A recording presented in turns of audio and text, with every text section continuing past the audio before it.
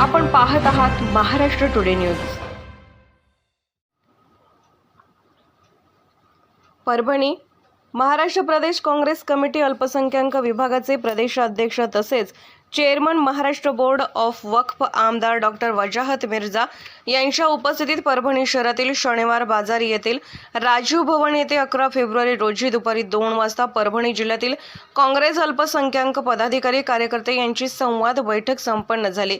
ही बैठक परभणी जिल्हा काँग्रेस कमिटी जिल्हाध्यक्ष तथा आमदार सुरेशराव वरपुडकर यांच्या नेतृत्वाखाली परभणी जिल्हा काँग्रेस कमिटी अल्पसंख्याक विभाग जिल्हाध्यक्ष मिनाज कादरी आणि शेख खाजा शेख मेहमूद माजी शिक्षण सभापती यांच्यासह परभणी जिल्हा काँग्रेस कमिटी अल्पसंख्याक विभाग या कार्यक्रमासाठी परिश्रम घेतले।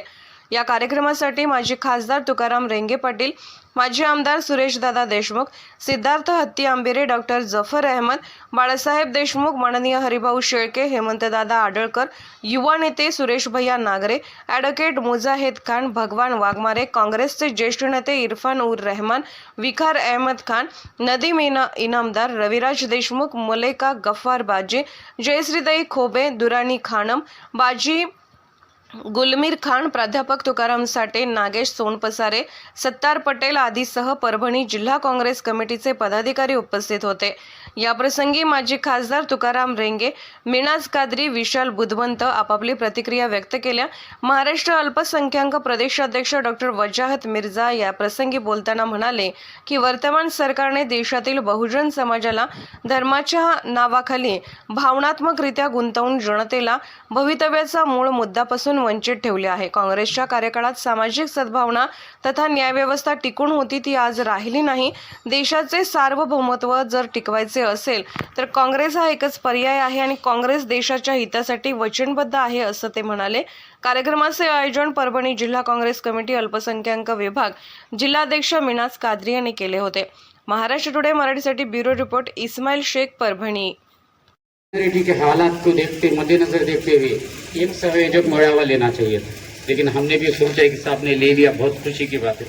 साहब से दरगुजर एक ही ख्वाहिश है हमारी, हमसे कुछ ज्यादा नहीं है कि माइनॉरिटी के जो हाल महाराष्ट्र में, क्योंकि मैं महाराष्ट्र पर घूमता हूँ सर, हर जगह हर कोई एक कार्यकर्ता से बोलो या माइनॉरिटी के पदाधिकारी से मिलता हूँ, फोन पे किसी कांटेक्ट करता हूँ, लेकिन हाल वही है हमारे हर पदाधिकारी के, हर शहरी के, कि स्थानीय नेता हमको जवाब नहीं देता।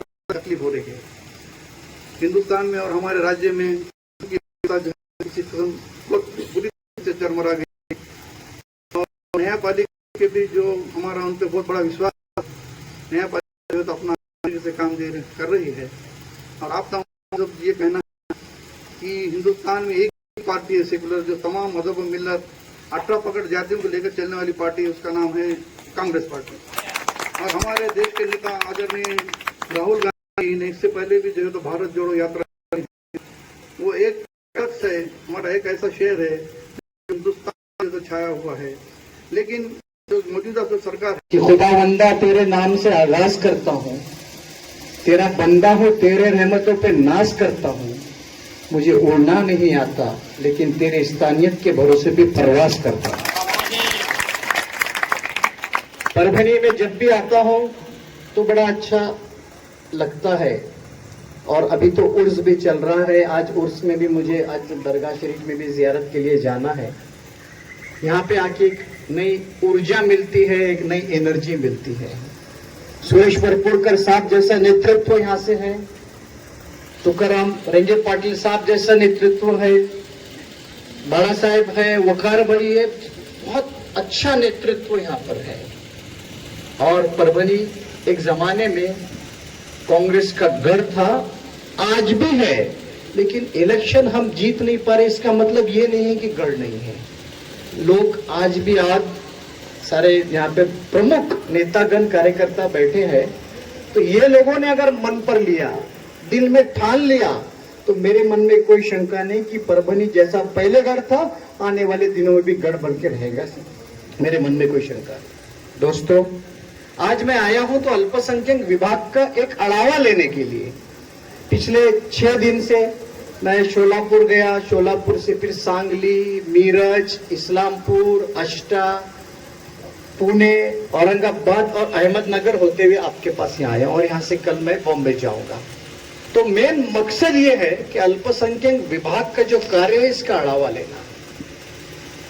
अल्पसंख्यक समाज बहुत एक एहसास ऐसा, लेकिन एक दिन तुझे तेरा गुरूर मारेगा और पी है जिसके खातिर तूने शराब, नशा तेरा वही उतारेगा। तू हिंदूला काही एवढं समजला का रे बाबा?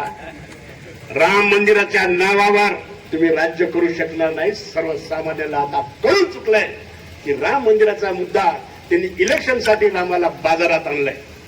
हे मुद्दा आम्ही सगळे सांगू, तुम्ही सांगण्याची काय गरज नाही, पण आम्ही जाहीरपणाने चिरफाड करू.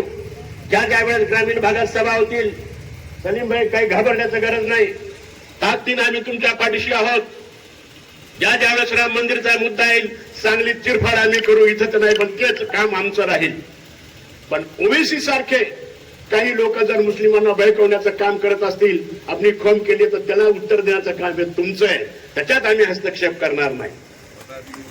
त्याला सुद्धा लाला सांगतात की उसको बता देंगे. आणि निश्चितपणे आता सर्वांनी दाखवण्याची वेळ नाही, कारण देशाच्या एकतेचा, अखंडतेचा आणि तुमच्या आमच्या अस्तित्वाचा हा प्रश्न राहिला.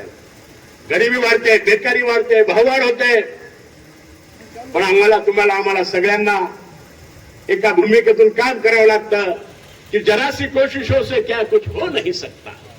अरे जरा सी कोशिशों से क्या कुछ हो नहीं सकता, और वो कौन सा कतरा है जो दरिया हो नहीं सकता. ताकदीने काँग्रेस समांतर आहे, त्याच्या पाठीशी राहायचं आहे आणि काँग्रेसलाच मजबूत करायचं आहे. निश्चितपणानं अनेक प्रश्न एक जणांनी सांगितलं, नाही बापूंनी सांगितलं की नेहरूजींच्या नावानं, इंदिराजींच्या नावानं जे ओरडतायत, तुम्ही काय पाहिलं, तुम्ही कशाचीच बरोबरी करू शकत नाही.